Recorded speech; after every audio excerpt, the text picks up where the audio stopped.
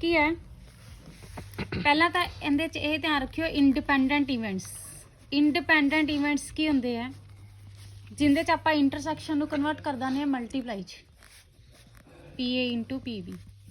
Independent events का मतलब ये होंदा है कि एक दी प्रोबेबिलिटी का दूजे ते इफैक्ट ना पवे, ठीक है, यानी कि विद रिप्लेसमेंट।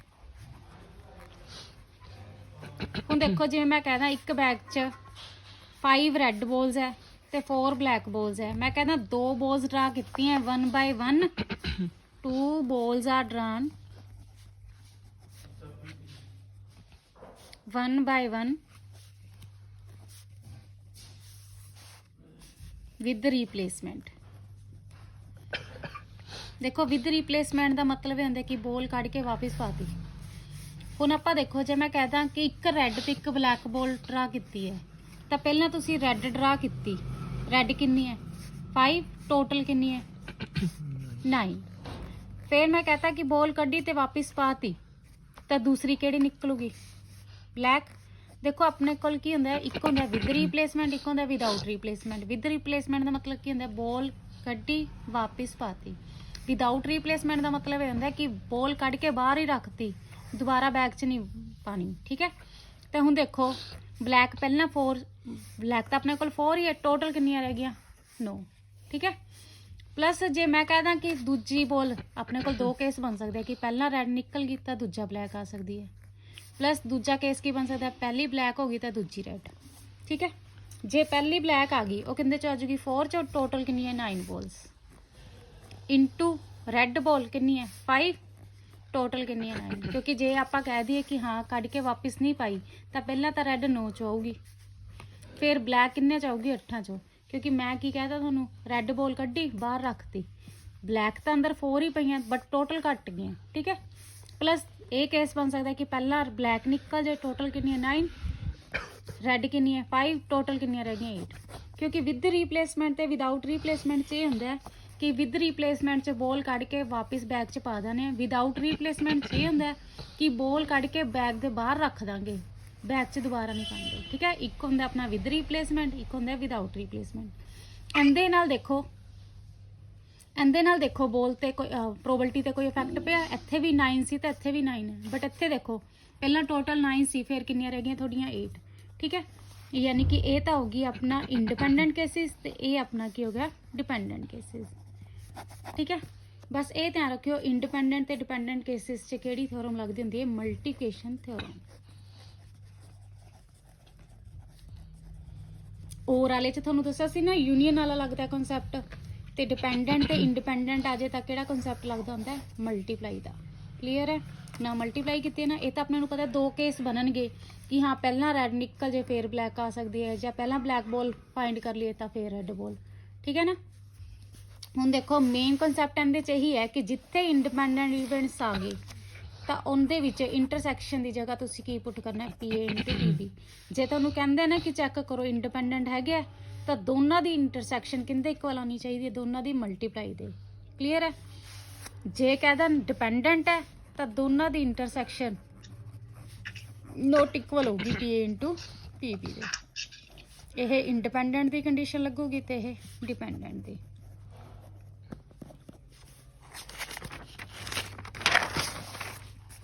हुण देखो जिवें इन्होंने की क्या है a fair coin and unbiased die are tossed. देखो फेयर कोइन का मतलब की होंदा जिहड़ा कोइन अपने पता है कि एक हैड देवे ते एक टेल। अनबायस्ड डाई का मतलब की होंदा जिहड़ी अपने बिना चीटिंग तो होंदी है, जिवें अपने पता है नॉर्मल डाई ते की होंदा 1 2 3 4 5 6 बायस्ड होवे तो चीटिंग वाली हो जाती है, ठीक है। Let A be the event head appear on the coin, B the event 3 on the die. देखो आप एक कोइन नूं टॉस किया तो एक डाई नूं, ठीक है। ये कहते हैं कि ए इवेंट की लैना है head appear on both on the coin, B की लेना है 3 ऑन द डाई। चेक करना है ए ते बी की है इंडिपेंडेंट इवेंट्स और नॉट। इंडिपेंडेंट वास्ते की चेक करांगे दोनों की इंटरसैक्शन किंदे इक्वल आऊगी PA इंटू PB। देखो जो तुम एक कोइन नूं ते एक डाई नूं टॉस करते हो तो की होगा, कोइन ते तां की आंदा हैड टेल, बट डाई ते की होगा 1 भी आ सकता है, 2 भी आ सकता है, 3 भी आ सकता है, 4 भी आ सकता है, 5 भी आ सकता है, 6 भी आ सकता है। ਕੋਇਨ ਤੇ ਟੇਲ ਵੀ ਆ ਸਕਦਾ, ਡਾਈ ਤੇ tail 1 tail 2 tail 3 tail 4 tail 5 tail 6। ਦੁਬਾਰਾ ਸੁਣ ਲਓ, ਕਹਿੰਦੇ ਇੱਕ ਕੋਇਨ ਨੂੰ ਤੇ ਇੱਕ ਡਾਈ ਨੂੰ ਟੋਸ ਕੀਤਾ ਹੈ। ਦੇਖੋ ਕੋਇਨ ਤੇ ਆਪਣੇ ਨੂੰ ਪਤਾ ਹੈਡ ਆਉਂਦਾ ਹੈ, ਤਾਂ ਡਾਈ ਤੇ ਕੀ ਆ ਸਕਦਾ, 1 ਵੀ ਆ ਸਕਦਾ, 2 ਵੀ ਆ ਸਕਦਾ, 3 ਵੀ, 4 ਵੀ, 5 ਵੀ, 6 ਵੀ। ਕੋਇਨ ਤੇ ਟੇਲ ਵੀ ਤਾਂ ਆ ਸਕਦਾ, ਡਾਈ ਤੇ ਕੀ ਆਊਗਾ 1 2 3 4 5 6। ਯਾਨੀ ਕਿ ਟੋਟਲ ਸੈਂਪਲ ਸਪੇਸ 'ਚ ਐਲੀਮੈਂਟ ਕਿੰਨੇ ਹੋ ਗਏ ਤੁਹਾਡੇ 12। ਇਹਨਾਂ ਨੇ ਇਹ ਇਵੈਂਟ ਕੀ ਕਿਹਾ, head on the coin. Head on the coin 'ਚ ਕਿੰਨੇ ਕੇਸ ਆ ਗਏ, ਆ 6 ਕੇਸ ਆ ਗਏ। Head 1 head 2 head 3 head 4 head 5 head 6। B ਕੀ ਹੈ, 3 on the die, 3 on the die, 2 case ਆ ਰਹੇ। ਹੁਣ ਆਪਾਂ ਕੀ ਚੈੱਕ ਕਰਨਾ ਹੈ, PA ਇੰਟੂ PB ਕਿੰਦੇ ਇਕੁਅਲ ਹੈ, ਦੋਨਾਂ ਦੀ ਇੰਟਰਸੈਕਸ਼ਨ ਦੀ ਪ੍ਰੋਬੇਬਿਲਿਟੀ ਦੇ। ਦੇਖੋ PA ਕਿੰਨਾ ਆ ਗਿਆ, ਇਹ ਕਿੰਨੇ ਐਲੀਮੈਂਟ ਹੈ 6। ਟੋਟਲ ਕੇਸ ਕਿੰਨੇ 12। बीच किन्ने एलिमेंट आए हैं 2। टोटल किन्ने 12। इंटरसैक्शन का मतलब कि कॉमन, कॉमन देखो दोनों दे की आई जांदे, हैड 3 आई जांदे ना। देखो PA किन्ना आया 6/12, PB किन्ना है 2/12, इंटरसैक्शन किन्नी आई है थोड़ी 1/12। 6 इंटू 2 12, 12 ना 12 कैंसिल हो जाएगा, 1/12 इक्वल टू 1/12 की हो गया इंडिपेंडेंट। जे इंटरसैक्शन मल्टीप्लाई ਦੇ ਇਕੁਅਲ ਆ ਜਾਏ ਤਾਂ ਉਹਨੂੰ ਬੋਲੋਗੇ ਇੰਡੀਪੈਂਡੈਂਟ ਇਵੈਂਟਸ।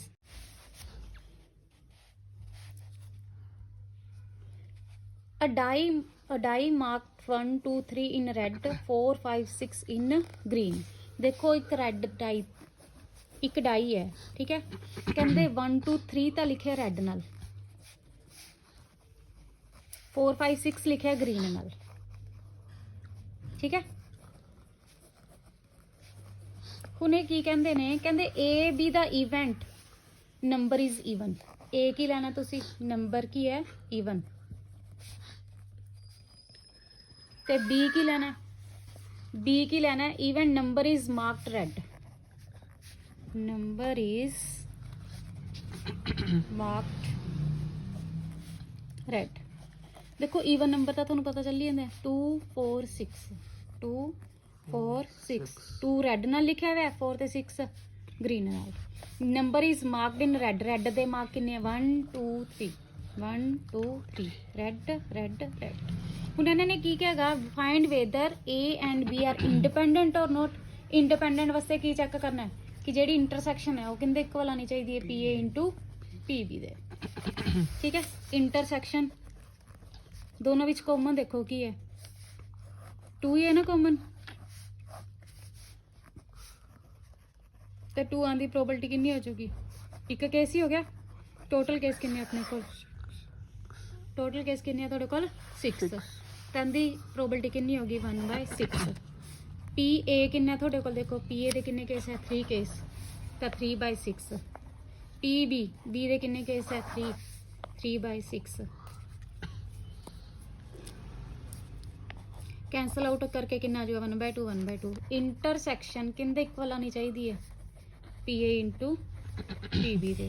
इंटरसैक्शन की प्रोबेबिलिटी थोड़ी 1/6 है, इन्हों की प्रोबेबिलिटी 1/2 1/2 1/4 होगी, इक्वल आए है नहीं आए तो की आ जाऊगा नॉट इंडिपेंडेंट। नॉट इंडिपेंडेंट का मतलब की हो जाऊगा डिपेंडेंट। क्लीयर है। थर्ड एग्जाम्पल है PA दिता है 3 PB दिता है, PA इक्वल टू 3 PB किंदे इक्वल दिता है 5/7 दे, तो PA इक्वल टू 5/7 रखोगे, 3 PB 5/7 दे इक्वल रखोगे तो PB कितना आ गया अपना 5/21। देखो 3 मल्टीप्लाई इधर आके कितना जो डिवाइड। ਹੁਣ ਇਹਨਾਂ ਨੇ ਕੀ ਕਹਿਤਾ, where A and B are independent events. ਦੇਖੋ ਜੇ ਇੰਡੀਪੈਂਡੈਂਟ ਇਵੈਂਟਸ ਹੈ ਤਾਂ ਇੰਟਰਸੈਕਸ਼ਨ ਦੀ ਜਗ੍ਹਾ ਤੁਸੀਂ ਕੀ ਲਿਖ ਸਕਦੇ ਹੋ, PA ਇੰਟੂ PB, ठीक है। ਹੁਣ ਇਹਨਾਂ ਨੇ ਕੀ ਕਿਹਾ, ਫਾਈਂਡ ਕੀ ਕਰਨੀ ਹੈ union, PA union B find ਕਰਨੀ ਹੈ। ਮੈਂ ਤੁਹਾਨੂੰ ਕੱਲ ਫਾਰਮੂਲਾ ਦੱਸਿਆ ਸੀ PA ਯੂਨੀਅਨ B ਦਾ PA plus PB minus intersection. PA ਕਿੰਨਾ ਤੁਹਾਡੇ ਕੋਲ 5/7, PB ਕਿੰਨਾ ਤੁਹਾਡੇ ਕੋਲ 5/21। ਇੰਟਰਸੈਕਸ਼ਨ ਕਿੰਦੇ ਇਕੁਅਲ ਹੈ, ਦੋਨਾਂ ਦੀ ਮਲਟੀਪਲਾਈ ਦੇ।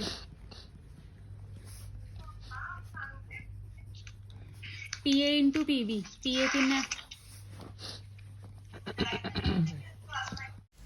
PA यूनियन B का फॉर्मूला की सी PA plus PB minus intersection PA put करता PB पुट करता इंटरसेक्शन ਤੁਹਾਨੂੰ ਪਤਾ ਹੀ ਹੈ ਕਿੰਦੇ ਇਕੁਅਲ ਹੁੰਦੀ ਹੈ PA इंटू PB ਅਗਰ ਤੁਹਾਨੂੰ ਕਿਹਾ ਹੋਇਆ A ਤੇ B ਕੀ ਹੈ ਇੰਡੀਪੈਂਡੈਂਟ ਇਵੈਂਟਸ ਹੁਣ ਮੈਂ ਇੱਥੇ PA ਤੇ PB ਦੀ ਵੈਲਿਊ ਪੁੱਟ ਕਰਤੀ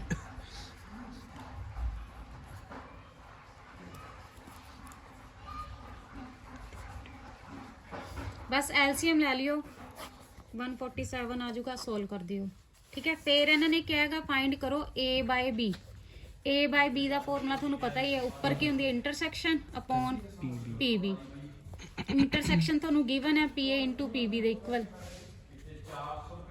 PB नाल PB की हो जाऊगा कैंसल आंसर कहते इक्वल आ जाऊगा PA दे PA की वैल्यू थोड़े को हैगी है 5/7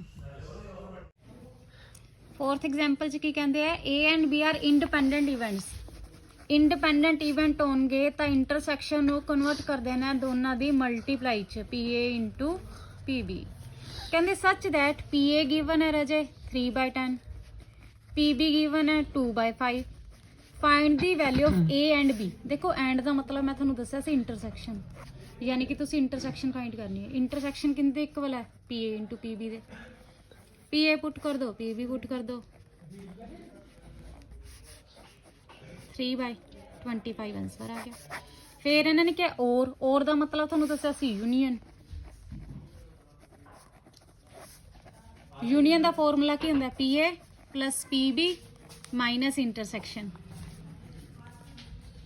PA गिवन है थोड़े को 3/10 PB 2/5 इंटरसेक्शन तो फाइंड कर ली 3/25 बस एलसीएम ले लियो आंसर आ जाएगा one card is drawn from a pack of 52 cards so that each card is equally likely to be selected ਦਾ ਮਤਲਬ ਕੀ ਹੁੰਦਾ ਦੇਖੋ 52 cards ਹੁੰਦੇ ਆ 52 ਤੇ 52 cards ਦੀ probability ਕਿੰਨੀ ਹੋਗੀ 1/52 1/52 so on up to ਸਾਰੇ cards ਦੀ probability ਕਿੰਨੀ ਹੋਗੀ 1/52 ਹੀ ਹੋਗੀ ਨਾ ਸੇਮ probability ਹੋਗੀ ਨਾ ਤਾਂ ਕਹਿ ਦਿੰਦੇ equally likely events ਕਹਿੰਦੇ prove that the following cases are independent ਇਹ ਇਵੈਂਟ ਕੀ ਦਿੱਤਾ ਹੋਇਆ the drawn card is a spade ਕਿ ਜਿਹੜਾ ਪੱਤਾ ਤੁਸੀਂ ਡਰਾ ਕੀਤਾ ਉਹ ਕਾਹਦਾ ਸਪੇਡ ਦਾ ਡਰਾਨ ਕਾਰਡ ਇਜ਼ ਐਨ ਏਸ ਦੇਖੋ ਸਪੇਡ ਦੇ ਪੱਤੇ ਕਿੰਨੇ ਹੁੰਦੇ ਆ 13 ਏਸ ਦੇ ਪੱਤੇ ਕਿੰਨੇ ਹੁੰਦੇ ਆ 4/52 ਠੀਕ ਹੈ ਇੰਟਰਸੈਕਸ਼ਨ ਦਾ ਮਤਲਬ ਕੀ ਹੈ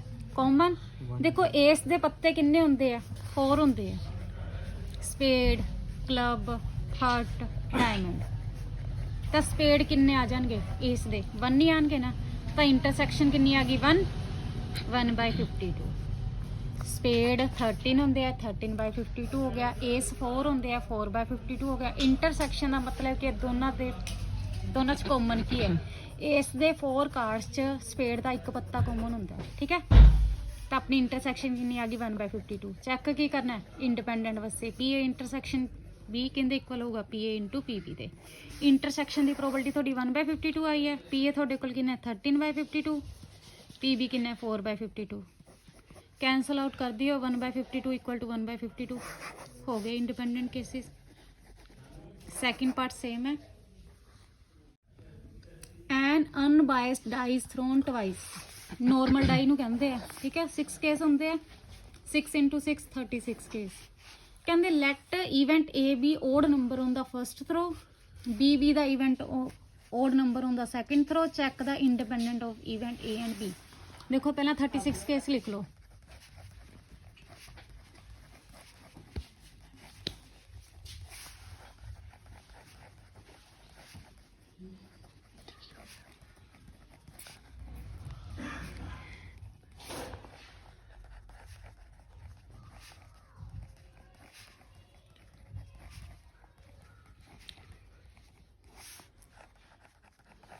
सारे केस लिख लोगे ना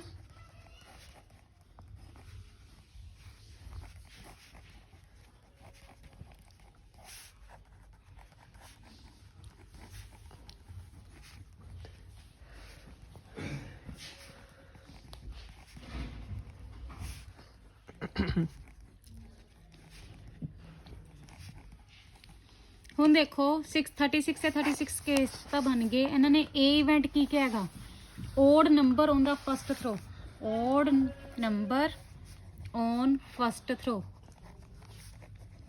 कि फस्ट थ्रो ते थोड़ा ओड नंबर आना चाहिए। देखो आ फस्ट थ्रो हो गया, ये सैकेंड, फस्ट थ्रो की गल कर रहे हैं, फस्ट ते ओड, सैकेंड ते कुछ भी आई जाए,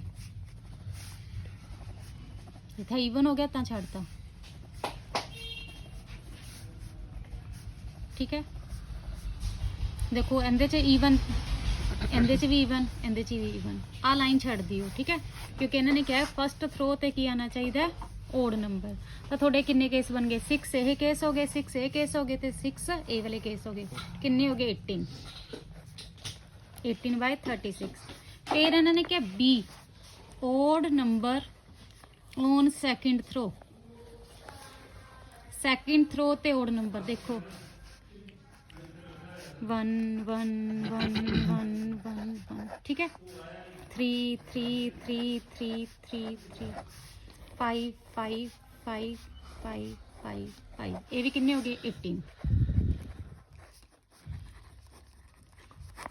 देखो इंडिपेंडेंस चेक करनी है तो इंटरसेक्शन फाइंड करनी पऊगी। इंटरसेक्शन का मतलब की है दोनों ते ओड, इहदे ते फस्ट ते ओड क्या सी, इहदे ते सैकेंड ते इन्हां ते दोनों ते ओड। देखो 1 1 दोनों ते ओड हो गया, 3 1 दोनों ते ओड हो गया, 5 1 दोनों ते ओड हो गया, 1 3 3 3 5 3 1 5 3 5 5 5, किन्ने नंबर हो गए ये 9।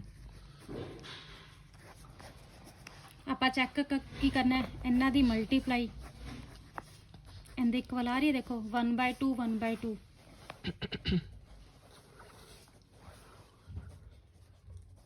वन बाय 4 किंदे इक्वल आनी चाहिए सी इंटरसेक्शन दे, इंटरसेक्शन अपनी कितनी 1/4 इक्वल आ गए, तो इसका मतलब कि हो गया इंडिपेंडेंट। टोस 3 कॉइन टोस करते हैं, तो कल केस बना के दिखाए सी ना, 2⁻3 8 केसिस,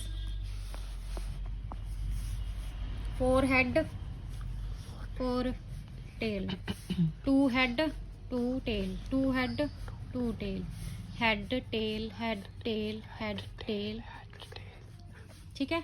हुण इन्होंने की क्या है, कहते consider the events E F G देता थानू, कहते चैक करो pair E G F G किहड़े इंडिपेंडेंट है तो किहड़े डिपेंडेंट है, ठीक है। देखो जे तुसी ई ते एफ नू चैक करना है तो ई ते एफ की इंटरसैक्शन किंदे इक्वल आनी चाहिए है, P E into P F दे।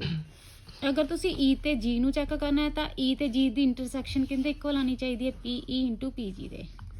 अगर तुसी एफ ते जी नू चैक करना है तो एफ ते जी की इंटरसैक्शन किंदे इक्वल आनी चाहिए है, P F into P G दे, ठीक है। देखो ई की है 3 हेड और 3 टेल, एफ इवेंट की है एटलीस्ट 2 हेड, ते जी की लेट करना है एटमोस्ट 2 हेड। देखो 3 हेड और 3 टेल वाले किन्ने केस है, 2।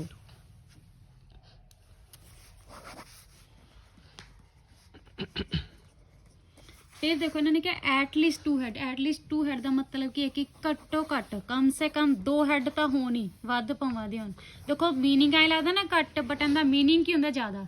एटलीस्ट 2 हेड का मतलब क्योंकि 2 या 2 तो ज़्यादा हेड। देखो 2 2 2 2 तो ज़्यादा हेड, कितने केस बन गए 4। Tail head head tail head tail head tail head head head head head. At most 2 head का मतलब क्या होंगे कि ज़्यादा तो ज़्यादा 2 हेड ही होने चाहिए, घट भावें दी हो जाए, ठीक है। यानी कि 2 वाले 1 वाले तो जिन्हों विच हेड नहीं है, ठीक है। देखो 2 वाले 1 वाले तो जिन्हों च हेड है ही नहीं गा, किन्ने केस बन जाएंगे ये 7। 2 वाले 1 वाले ते जिन्ना च है ही नहीं, ठीक है। हुण आपां की चेक करनी है, P intersection F equal to P E into P F. देखो पी ई कितना हो गया थोड़ा 2/8, पी एफ कितना हो गया थोड़ा 4/8, ते पी जी कितना हो गया थोड़ा 7/8। पहला तुसी ई ते एफ की इंटरसैक्शन देखो, ई ते एफ की इंटरसैक्शन च सिर्फ एक कॉमन आ रहा है, ਤਿੰਨੇ ਹੈਡ ਹੈਡ, ਯਾਨੀ ਕਿ E ਤੇ F ਦੀ ਇੰਟਰਸੈਕਸ਼ਨ ਦੀ ਪ੍ਰੋਬੇਬਿਲਿਟੀ ਕਿੰਨੀ ਹੋ ਜੂਗੀ 1/8। ਦੇਖੋ E ਤੇ F ਦੀ ਇੰਟਰਸੈਕਸ਼ਨ ਦੀ ਪ੍ਰੋਬੇਬਿਲਿਟੀ 1/8 ਆ ਗਈ, ਇਹਦੀ 2/8 ਆਈ ਸੀ ਤੇ ਇਹਦੀ ਆਪਣੀ ਕਿੰਨੀ ਆਈ ਸੀ 4/8। ਕੈਂਸਲ ਆਊਟ ਕਰਕੇ ਦੇਖ ਲਓ 1/8 ਇਕੁਅਲ ਟੂ 1/8 ਆ ਗਿਆ। ਠੀਕ ਹੈ। ਸਿਮਿਲਰਲੀ ਤੁਸੀਂ ਕਿੰਦੀ ਚੈੱਕ ਕਰਨੀ ਹੈ F ਤੇ G ਦੀ, ਸਿਮਿਲਰਲੀ ਤੁਸੀਂ E ਤੇ G ਦੀ ਚੈੱਕ ਕਰਨੀ ਹੈ। ਬਸ ਇਹ ਚੈੱਕ ਕਰਨਾ ਹੈ ਕਿ ਇੰਟਰਸੈਕਸ਼ਨ ਕਿੰਦੇ ਇਕੁਅਲ ਆਉਣੀ ਚਾਹੀਦੀ ਹੈ ਦੋਨਾਂ ਦੀ ਪ੍ਰੋਡਕਟ ਦੇ। 9th ਐਗਜ਼ਾਮਪਲ ਹੈ A husband and his wife appear for interview for two posts. The probability of husband selection is 1/7.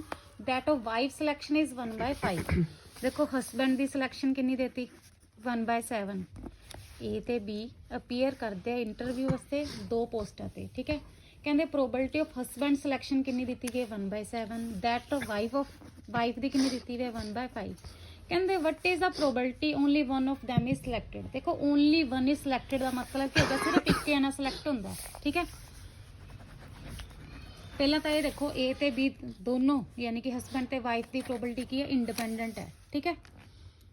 ਦੇਖੋ ਓਨਲੀ ਵਨ ਦਾ ਮਤਲਬ ਕੀ ਹੈ ਕਿ ਇੱਕ ਜਣਾ ਸਿਲੈਕਟ ਹੋਊਗਾ। ਜੇ ਹਸਬੈਂਡ ਸਿਲੈਕਟ ਹੋ ਗਿਆ ਤਾਂ ਵਾਈਫ ਕੀ ਹੋ ਜੂਗੀ ਰਿਜੈਕਟ। प्लस दूसरा केस की बन सकता है हस्बैंड रिजेक्ट हो गया तो वाइफ सिलेक्ट हो जूगी। देखो ध्यान दो अगर दो पोस्टां ते हस्बैंड ते वाइफ की सिलेक्शन ओनली वन सिलेक्टेड का मतलब कि सिर्फ एक ना सिलेक्ट होगा। जे हस्बैंड सिलेक्ट हो गया तो वाइफ रिजेक्ट हो जूगी। देखो दोनों इंडिपेंडेंट है तो दोनों की हो जूगी मल्टीप्लाई। प्लस दूजा केस की बन सकता है हस्बैंड रिजेक्ट हो गया तो वाइफ सिलेक्ट हो जूगी। इनू ना देखो आप लिख सकते हैं कल मैं तुहानू कराया सी husband select wife reject. Plus दूजा केस की बन सकता है हस्बैंड रिजेक्ट वाइफ सिलेक्ट। कल आप दो केस किते सी ना ये कि या तो ए वाला केस हो सकता है या आ वाला केस हो सकता है। कहते वास्ते आप की कीता सी कि हस्बैंड सिलेक्ट हो गया वाइफ रिजेक्ट हो जूगी। ठीक है। तो यह इंडिपेंडेंट है। इंडिपेंडेंट का मतलब क्या हो गया इंटरसैक्शन किंदे च कन्वर्ट हो जूगी मल्टीप्लाई च। इत्थे इंटरसैक्शन है। ठीक है। तो ध्यान रखियो ओनली वन वास्ते दो केस ही बननगे जे दो जाने दिते हुए तो कि हस्बैंड सिलेक्ट हो गया वाइफ रिजेक्ट हो जूगी वाइफ सिलेक्ट होगी तो हस्बैंड रिजेक्ट हो जाएगा। रिजेक्ट होने की फाइंड किवें करांगे 1 चों माइनस करांगे सिलेक्शन की ये कितनी हो जूगी 6/7। वाइफ की रिजेक्ट की हो जूगी 1 चों माइनस कर दोगे सिलेक्शन की। बस इत्थे वैल्यू पुट कर दो। हस्बैंड की सिलेक्ट की 1/7 है वाइफ की रिजेक्ट की 4/5। हस्बैंड की रिजेक्ट की 6/7 है वाइफ की सिलेक्शन की 1/5। 4/35 6/35 कितना आ जाऊगा 10/35। ठीक है। ये कह दें कि दोनों ही सिलेक्ट नहीं हुए नन सिलेक्टेड। ठीक है। तो PA बार इंटू PB बार नन सिलेक्टेड का मतलब क्या हो गया दोनों ही सिलेक्ट नहीं हुए। ओनली वन वाला कोई सानू दस ही दिता जे दोनों सिलेक्ट हो गए बोथ सिलेक्टेड तो की कर दोगे PA इंटू PB। नेक्स्ट देखो in a hockey match two teams A and B have scored same number of goals up to end of the game. So to decide the winner the referee asked both the captain to throw a die alternately and decided that the team whose captain get a 6 first will be declared the winner. ठीक है। If the captain of A was asked to start find their respective probability of winning। देखो ये कहते हैं एक hockey match होंदा है दो टीम A ते B दे विच कहते उन्हां दे नंबर ऑफ गोल्स की हो जांदे सेम हो जांदे है तो कहते विनर डिसाइड करने वास्ते रैफरी दोनों दे कैप्टन्स नूं कहंदा है कि एक डाई अल्टरनेटली थ्रो करो। अल्टरनेटली का मतलब होंदा तेरी बारी मेरी बारी। ठीक है। पहला A टीम के कैप्टन नूं कह दिंदा फिर B के कैप्टन नूं कह दिंदा कहंदे whose captain get a 6 first कहंदे जिन्नू 6 पहली बारी च आ गया ना will be declare the winner. ठीक है। कि वो जिहड़ा जिन्नू भी 6 आ गया वो की हो जाऊगा विनर। कहंदे if the captain of A team was asked to start die throw कौन करता पहला कैप्टन A। ठीक है। A टीम का कैप्टन कहंदे find the respective probability of winning the match. देखो दोनों टीमां दे कैप्टन तां ही जितणगे ਜਦੋਂ 6 आंदा अपने नूं पता है डाई ते 1 2 3 4 5 6 आंदा 6 आन ते जितदे है तो दोनों दे कैप्टन की जितन की प्रोबेबिलिटी कितनी हो जूगी 1/6 1/6। ਤੇ ਦੋਨਾਂ ਦੇ ਹਾਰਨ ਦੀ ਕਿੰਨੀ ਹੋ ਜੂਗੀ 1 ਮਾਈਨਸ ਕਰ ਦੋਗੇ 1/6 5/6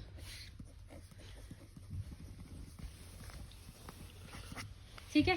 ਹੁਣ ਦੇਖੋ ਇਹਨਾਂ ਨੇ ਆਪਣੇ ਨੂੰ ਇਹ ਕਿਹਾਗਾ ਕਿ ਡਾਈ ਕਿੰਨੇ ਤੱਕ ਥਰੋ ਕੀਤੀ ਹੈ 10 ਵਾਰ 20 ਵਾਰ ਕੁਝ ਵੀ ਨਹੀਂ ਕਹਿਣਾ। ਆਪਾਂ ਕੀ ਲਿਖਤਾ ਪਹਿਲਾਂ A ਦੀ ਪ੍ਰੋਬੇਬਿਲਿਟੀ ਕੱਢਦੇ ਜਿੱਤਣ ਦੀ, ਕਿਉਂਕਿ ਇਹਨਾਂ ਨੇ ਕਹਿਣਾ ਕਿ ਜੇ A ਗੇਮ ਸਟਾਰਟ ਕਰਦਾ ਹੈ ਜਾਂ A ਥਰੋ ਕਰਦਾ ਡਾਈ ਨੂੰ, find their respective probability of winnings ਦਾ ਮੈਚ। ਦੋਨਾਂ ਦੇ ਜਿੱਤਣ ਦੀ ਪ੍ਰੋਬੇਬਿਲਿਟੀ ਕੱਢਣੀ ਹੈ। ਪਹਿਲਾਂ A ਦੀ ਫਾਈਂਡ ਕਰਾਂਗੇ, ਠੀਕ ਹੈ। ਦੇਖੋ ਸਪੋਜ਼ ਕਰੋ ਸਟਾਰਟ ਵੀ ਕੌਣ ਕਰੀ ਜਾਂਦਾ A ਕਰੀ ਜਾਂਦਾ ਹੈ, ਤਾਂ ਹੋ ਸਕਦਾ ਨਾ A ਪਹਿਲੀ ਵਾਰ ਚ ਜਿੱਤ ਜੇ A ਪਹਿਲੀ ਵਾਰ ਚ ਜਿੱਤ ਗਿਆ ਤਾਂ ਕੰਮ ਖਤਮ। ਪਲੱਸ ਦੂਜਾ ਕੇਸ ਕੀ ਬਣ ਸਕਦਾ ਹੈ ਕਿ ਜੇ A ਨੂੰ 6 ਨਾ ਆਇਆ ਤਾਂ ਉਹ ਡਾਈ ਕਿਹਨੂੰ ਦਊਗਾ B ਨੂੰ। B ਨੂੰ ਤਾਂ ਆਪਾਂ ਜਿਤਾਉਣਾ ਹੀ ਨਹੀਂ, ਕਿਉਂਕਿ ਆਪਾਂ ਜਿਤਾਉਣਾ ਹੀ ਕਿਹਨੂੰ ਹੈ A ਨੂੰ। ਤਾਂ A ਕਿਹੜੇ ਕੇਸ ਚ ਜਿੱਤੂਗਾ ਤੀਜੇ ਕੇਸ ਚ। ਦੁਬਾਰਾ ਸੁਣ ਲਓ, ਜੇ A ਤੇ B ਦੋ ਜਾਨੇ ਖੇਲੀ ਜਾਂਦੇ ਆ, ਆਪਾਂ ਜਿਤਾਉਣਾ ਕਿਹਨੂੰ ਹੈ A ਨੂੰ। ਹੋ ਸਕਦਾ ਕਿ A ਨੂੰ ਪਹਿਲੀ ਵਾਰ ਚ 6 ਆ ਜੇ ਤਾਂ ਗੇਮ ਪੂਰੀ ਹੋ ਗਈ, ਪਰ ਜ਼ਰੂਰੀ ਤਾਂ ਨਹੀਂ ਨਾ ਕਿ A ਨੂੰ ਪਹਿਲੀ ਵਾਰ ਚ 6 ਆਵੇ। ਜੇ A ਨੂੰ ਪਹਿਲੀ ਵਾਰ 6 ਨਹੀਂ ਆਂਦਾ ਤਾਂ ਇਹਦਾ ਮਤਲਬ ਉਹ ਹਾਰ ਗਿਆ। ਤਾਂ ਦੂਜਾ ਕੇਸ ਕਿਹਨੂੰ ਦੇਣਾ ਉਹਨੇ B ਨੂੰ, ਕਿਉਂਕਿ ਅਲਟਰਨੇਟਲੀ ਹੈ ਡਾਈ ਟੋਸ ਕਰਦੇ ਆ। ਜੇ A ਹੋ ਸਕਦਾ ਹੈ ਪਹਿਲੀ ਵਾਰ ਚ ਜਿੱਤ ਜੇ ਤਾਂ ਗੇਮ ਪੂਰੀ ਹੋ ਜੂਗੀ, ਠੀਕ ਹੈ, ਯਾਨੀ ਕਿ A ਦਾ ਕੈਪਟਨ ਜਿੱਤ ਗਿਆ। ਬਟ ਇਹ ਜ਼ਰੂਰੀ ਤਾਂ ਨਹੀਂ ਨਾ ਕਿ A ਪਹਿਲੀ ਵਾਰ ਚ ਜਿੱਤ ਜੇ। A ਜਿੱਤਿਆ ਨਹੀਂ ਪਹਿਲੀ ਵਾਰ ਚ ਤਾਂ ਉਹਨੇ ਡਾਈ ਕਿਹਨੂੰ ਦੇਣੀ ਹੈ B ਨੂੰ। B ਤਾਂ ਮੈਂ ਜਿਤਾਉਣਾ ਹੀ ਨਹੀਂ, ਕਿਉਂਕਿ ਮੈਂ A ਦੇ ਜਿੱਤਣ ਦੀ ਪ੍ਰੋਬੇਬਿਲਿਟੀ ਫਾਈਂਡ ਕਰਨੀ ਹੈ, A ਦੇ ਵਿਨਸ ਦੀ ਪ੍ਰੋਬੇਬਿਲਿਟੀ ਫਾਈਂਡ ਕਰਨੀ। ਤਾਂ A ਦੇ ਹੱਥ 'ਚ ਡਾਈ ਤੀਜੇ ਕੇਸ 'ਚ ਹੀ ਆਊਗੀ ਨਾ। ਬਸ ਤੁਸੀਂ ਦਿਮਾਗ 'ਚ ਇਹ ਬਿਠਾ ਲਿਓ ਕਿ ਜੇ A wins the probability find ਕਰਨੀ ਹੈ ਨਾ ਤਾਂ ਤੁਸੀਂ ਓਡ ਕੇਸਿਸ ਚੱਲਨੇ ਆ 1 3 5 so on up to infinity. PA bar PB bar PA bar PB bar PA, ਕਿਉਂਕਿ ਦੇਖੋ ਡਾਈ ਨੂੰ ਅਲਟਰਨੇਟਲੀ ਥਰੋ ਕਰ ਰਹੇ ਆ ਕਿ ਜੇ A ਅਲਟਰਨੇਟਲੀ ਥਰੋ ਕਰਦੇ ਆ ਤਾਂ ਇਹਦਾ ਮਤਲਬ ਇਹ ਹੈ ਕਿ ਜੇ ਫਸਟ ਨਹੀਂ ਜਿੱਤਦਾ ਤਾਂ ਡਾਈ ਦੂਸਰੇ ਨੂੰ ਦਊਗਾ, ਜੇ ਦੂਸਰਾ ਵੀ ਨਹੀਂ ਜਿੱਤਦਾ ਤਾਂ ਡਾਈ ਪਹਿਲੇ ਨੂੰ ਦਊਗਾ, ਠੀਕ ਹੈ। ਕਲੀਅਰ ਹੈ ਕਿ ਨਹੀਂ। ਤਾਂ A ਦੇ ਹੱਥ 'ਚ ਡਾਈ ਕਿਹੜੇ ਕੇਸਿਸ 'ਚ ਆਉਂਦੀ ਹੁੰਦੀ ਹੈ ਓਡ ਕੇਸਿਸ 'ਚ, ਠੀਕ ਹੈ। A ਦੀ ਪ੍ਰੋਬੇਬਿਲਿਟੀ ਆਪਣੇ ਕੋਲ ਕੀ ਹੈ, ਬਸ ਔਨ ਅਪ ਟੂ ਕਰ ਦਿਓ 3 ਤੱਕ ਲਿਖ ਕੇ, ਠੀਕ ਹੈ। A ਦੀ ਪ੍ਰੋਬੇਬਿਲਿਟੀ 1/6 ਹੈ। PA ਬਾਰ ਕਿੰਨਾ ਤੁਹਾਡਾ 5/6, PB ਬਾਰ ਤੁਹਾਡਾ ਕਿੰਨਾ 5/6, PA ਤੁਹਾਡਾ ਕਿੰਨਾ 1/6। ਫਿਰ PA ਬਾਰ 5/6, PB ਬਾਰ 5/6, PA ਦੇਖੋ PA ਪੁੱਟ ਕਰਤਾ, PA bar PB bar PA, PA bar PB bar PA bar PB bar PA, ਠੀਕ ਹੈ। ਸੋਨ ਅਪ ਟੂ ਇਨਫਿਨਿਟੀ ਹੈ, ਕਿਉਂਕਿ ਆਪਣੇ ਨੂੰ ਇਹਨਾਂ ਨੇ ਇਹ ਨਹੀਂ ਕਿਹਾ ਕਿ ਇੱਕ ਡਾਈ ਨੂੰ ਤੁਸੀਂ 10 ਟਾਈਮਸ ਟੋਸ ਕਰਦੇ ਹੋ ਕਿ 20 ਟਾਈਮਸ, ਠੀਕ ਹੈ। ਤਾਂ ਇਸ ਕਰਕੇ ਆਪਾਂ ਕੀ ਲਾਵਾਂਗੇ ਸੋਨ ਅਪ ਟੂ ਇਨਫਿਨਿਟੀ। ਦੇਖੋ 1/6 ਕੀ ਆ ਰਿਹਾ ਕਾਮਨ, ਤਾਂ ਅੰਦਰ ਕਿੰਨਾ ਰਹਿ ਗਿਆ 1 ਪਲੱਸ 5/6 ਦੀ ਹੋਲ ਸਕੁਅਰ ਪਲੱਸ 5/6 ਦੀ power 4 so on up to infinity. ਦੇਖੋ ਇਹ ਵਾਲਾ ਪੋਰਸ਼ਨ ਹਮੇਸ਼ਾ GP ਬਣੂਗਾ। ਦੇਖ ਲਓ 5/6 ਦੀ ਹੋਲ ਸਕੁਅਰ ਨੂੰ ਤੁਸੀਂ 1 ਨਾਲ ਡਿਵਾਈਡ ਕੀਤਾ, 5/6 ਦੀ ਹੋਲ ਸਕੁਅਰ ਹੀ ਰਹਿ ਜੂਗੀ। 5/6 ਦੀ 4 ਨੂੰ ਤੁਸੀਂ 5/6 ਦੀ ਹੋਲ ਸਕੁਅਰ ਨਾਲ ਡਿਵਾਈਡ ਕੀਤਾ ਤਾਂ 5/6 ਦੀ ਹੋਲ ਸਕੁਅਰ ਰਹਿ ਜੂਗੀ, ਯਾਨੀ ਕਿ GP ਬਣ ਗਈ। ਯਾਦ ਹੈ GP ਕੀ ਹੁੰਦੀ ਸੀ, ਜਿੰਦੇ ਚ ਕਾਮਨ ਰੇਸ਼ੋ ਕੀ ਹੁੰਦੀ ਸੀ ਸੇਮ। ਇਨਫਿਨਿਟੀ ਵਾਲੇ ਦਾ ਫਾਰਮੂਲਾ ਹੁੰਦਾ ਸੀ S ਇਨਫਿਨਿਟੀ ਦਾ A/1 - R। ਤਾਂ ਤੁਸੀਂ A ਦੀ ਤੇ R ਦੀ ਵੈਲਿਊ ਦੇਖ ਲਓ ਕੀ ਆਊਗੀ। ਦੇਖੋ A ਕੀ ਹੁੰਦੀ ਹੈ ਫਸਟ ਟਰਮ, A ਤਾਂ ਆਪਣਾ ਕੀ ਹੋ ਗਿਆ 1, R ਕਿਵੇਂ ਫਾਈਂਡ ਕਰਦੇ ਹੁੰਦੇ ਹੋ, ਸੈਕਿੰਡ ਨੂੰ ਫਸਟ ਨਾਲ ਕੀ ਕਰ ਦੋਗੇ ਡਿਵਾਈਡ, ਯਾਨੀ ਕਿ ਆਪਣਾ A ਤਾਂ ਆ ਗਿਆ 1, R ਆਪਣਾ ਆ ਗਿਆ 5/6 ਦੀ ਹੋਲ ਸਕੁਅਰ, ਠੀਕ ਹੈ। ਫਾਰਮੂਲੇ 'ਚ ਵੈਲਿਊ ਪੁੱਟ ਕਰ ਦੋ A/1 - R। A ਕਿੰਨਾ 1, R ਕਿੰਨਾ 5/6 ਦੀ ਹੋਲ ਸਕੁਅਰ। 5 ਦੀ ਸਕੁਅਰ 25, 6 ਦੀ ਸਕੁਅਰ 36, ਟੇਕਿੰਗ LCM।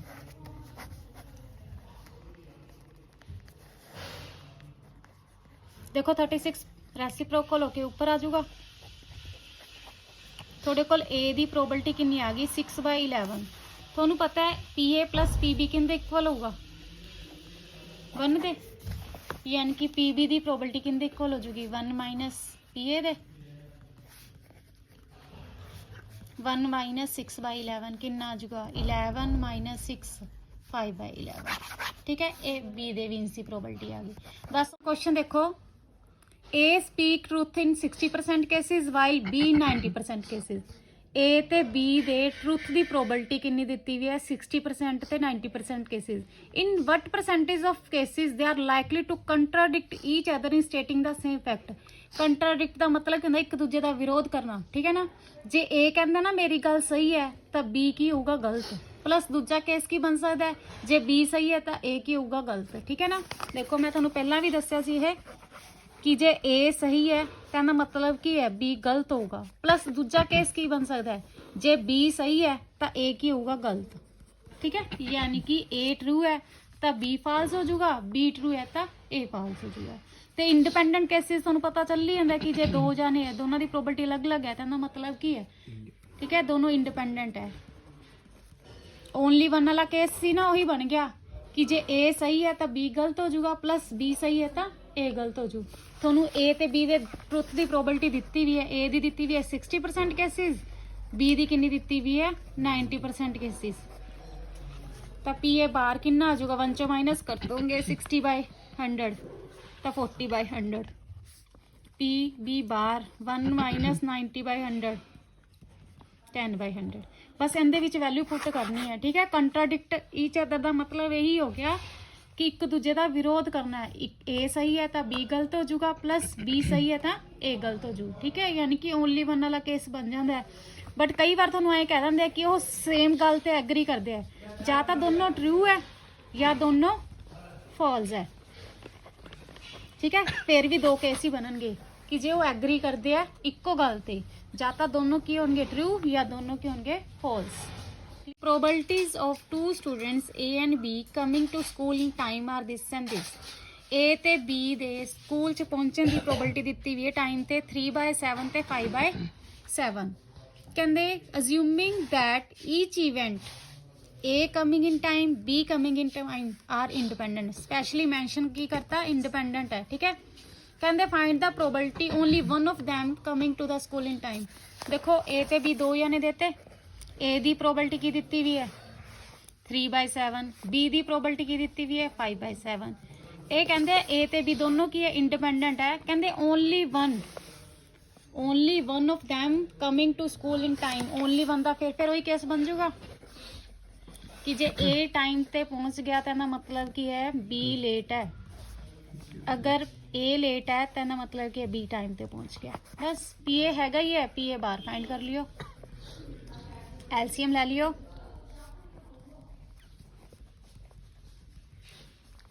ਬਸ ਵੈਲਿਊ ਪੁੱਟ ਕਰਨੀ ਹੈ। PA ਕਿੰਨਾ ਤੁਹਾਡੇ ਕੋਲ 3/7, PB ਬਾਰ ਕਿੰਨਾ ਆ ਜਾਊਗਾ 2/7, PA ਬਾਰ ਕਿੰਨਾ 4/7, PB ਕਿੰਨਾ 5/7। 6/49 20/49, LCM ਲੈ ਲਿਓ 26/49 ਆ ਜਾਊਗਾ। ਹਾਂਜੀ ਬੋਲੋ, ਕਲੀਅਰ ਹੈ ਕਿ ਦੁਬਾਰਾ ਬੋਲਾਂ?